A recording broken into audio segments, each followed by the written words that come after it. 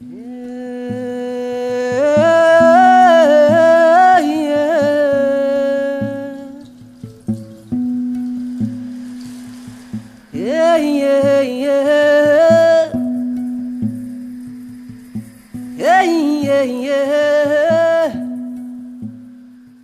je suis Nadine Bilong, j'ai 24 ans, je suis encore étudiante, mais en même temps commissaire invitée à la Biennale d'art contemporain de Dakar, dans le hall de Simon Diamy.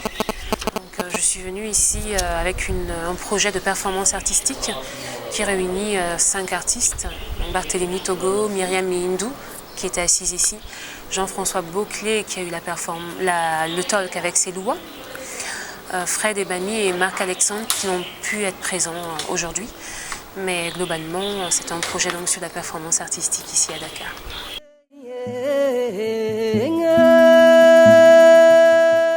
La Biennale de Dakar, en soi, c'est la plus ancienne, hein, c'est la plus importante aussi. Pourquoi? Parce qu'elle réunit des artistes locaux, mais aussi de l'extérieur.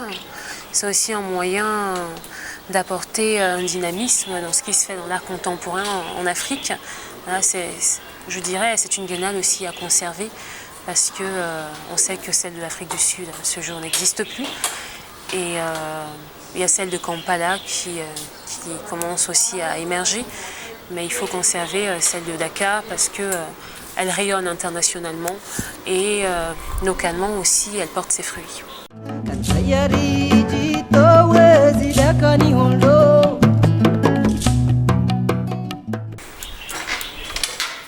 Je pense que les artistes n'ont pas à apporter de défis.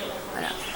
Ils ont plutôt à apporter leur propre source et ce qu'ils veulent, leur message personnel. Faut pas, cette idée de défi, pour moi, je rentre pas forcément dans ce contexte. Pourquoi? Parce que je pense que dans la vie, être dans un défi en permanence ne permet pas forcément toujours d'aboutir à ce qu'on veut faire et produire. Mais je parlerai plus d'apport personnel, voilà.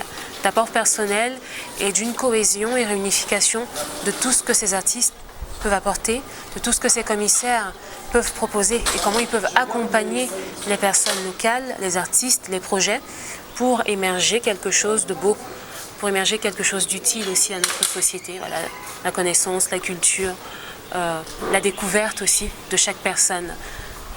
Mais je ne parlerai pas forcément de défis. Maintenant, si on veut aborder les enjeux économiques, les enjeux sociaux ou encore d'un point de vue organisationnel, oui, effectivement, on peut dire qu'il peut y avoir un défi dans le sens où on peut toujours faire mieux.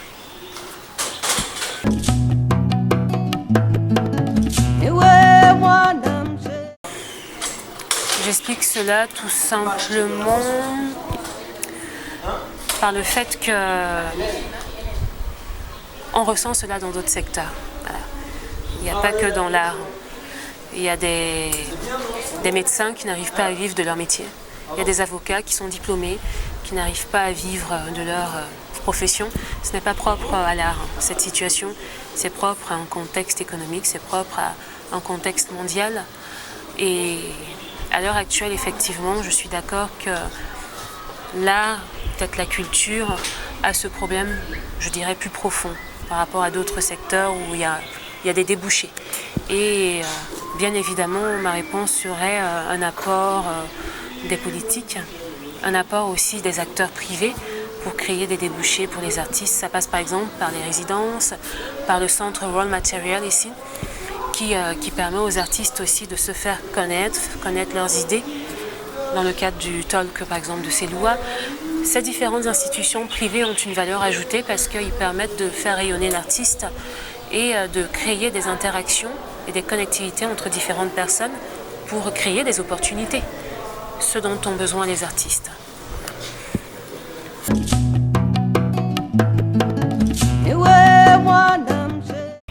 Alors vraiment, je répondrai à cette question en vous invitant à aller au palais de justice, en vous invitant à aller au musée IFAN où il y a l'exposition des commissaires invités. Et vous verrez très concrètement que l'artiste plasticien répond aux problèmes de la société et les problématiques qui sont traitées par chaque artiste répond aux problématiques de la société, que ce soit la démocratie, que ce soit les inégalités, que ce soit le problème de la femme, des enfants, les guerres. On a ça clairement dans le travail de l'artiste. Donc, je vais répondre de manière négative à votre question, c'est-à-dire il n'y a pas que les musiciens qui répondent aux problèmes de la société, mais les artistes plasticiens aussi.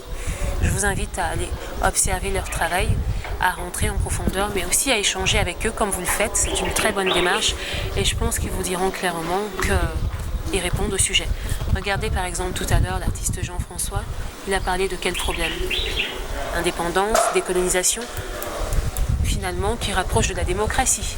Donc on a carrément une réponse contraire à cette question, qui est oui, l'artiste plasticien répond aux problèmes de la société et les traite à sa façon.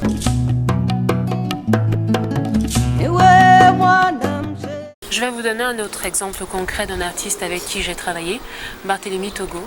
Je pense que vous l'avez eu ici. Lui, par exemple, répond clairement de manière concrète comme vous souhaitez que je vous le dise, c'est-à-dire chez lui, il a créé un centre d'art contemporain pour les personnes locales dans son village.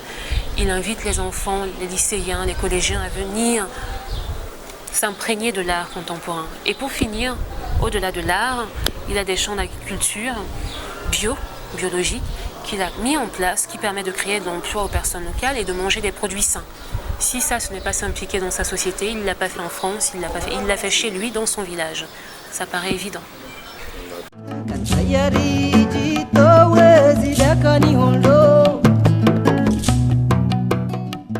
La place de l'art dans la consolidation de la paix en Afrique, concrètement, l'art est réunificatrice. Que ce soit par la musique, que ce soit par une biennale ici, vous avez pu voir des personnes qui venaient de loin pour venir ici à Dakar, que ce soit des personnes qui venaient d'Asie, d'Amérique latine, les artistes aussi, même africains vivant à l'extérieur qui reviennent chez eux pour se retrouver, malgré les conflits qui existent ici et de part et d'autre. Pour moi, elle est réunificatrice, c'est comme ça qu'elle emmène vers une vision pacifiste.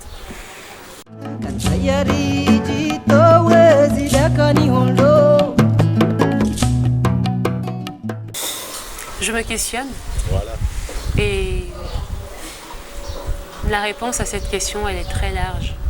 Mais je pense qu'un commissaire d'exposition, c'est d'abord un homme de la société, un homme comme tout le monde, et qui se pose des questions aussi, et qui est sensible au travail des artistes avec qui il collabore, et qui apporte aussi une colonne vertébrale dans toutes ces externalités et tous ces outils et tous ces... C'est un cuisinier, voilà, c'est ça le bon exemple. Un commissaire d'exposition, c'est un cuisinier qui a des ingrédients et qui fait une sauce qu'il propose. Et sans les ingrédients, il n'est rien. Donc sans les artistes, il n'est rien.